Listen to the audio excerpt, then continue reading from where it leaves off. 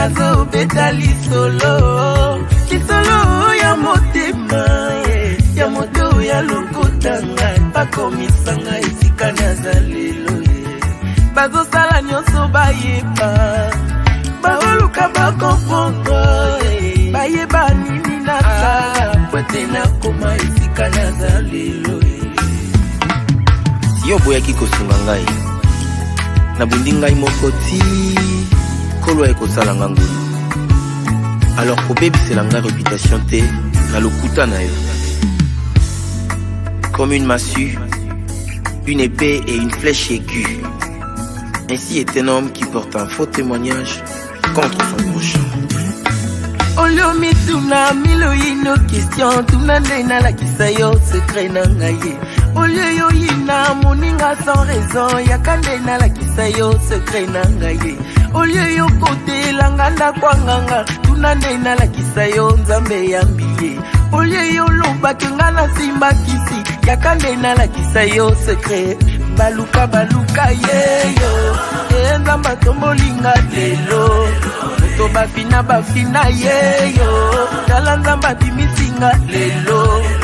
to batia bakalo yeyo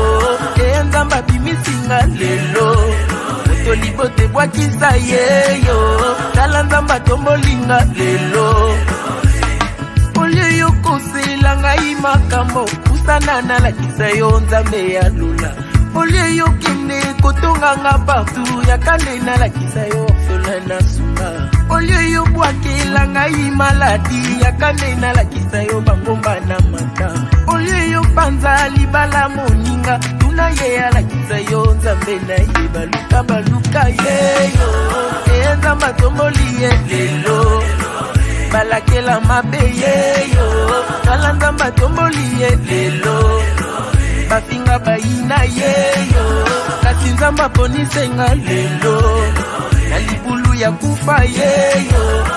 nzamba bimisinga lelo na libulu ya fami yeyo tala nzamba bimisinga lelo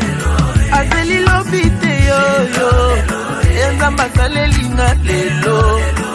bayaki liboso yeyo kana ye nazwi ya ngai lelo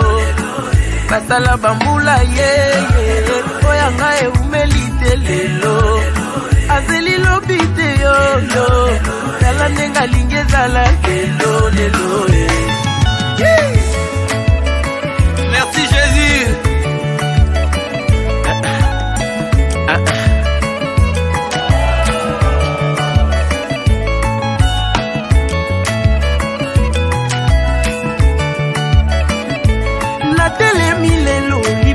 ba maman na ye kotatola oyo nzamba sali na yawa lelo liboso ya église nazali na témoignage akopesa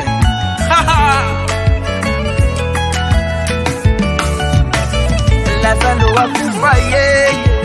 tala nzamba sekwisi ye lelo Bartimelo landa yeye nzamba monisi ye natelemi lelo liboso bapapa na ye kotatola oyo nzamba sali maya miso etangi comprenez mon émotion na ye kotatola oyo nzamba sali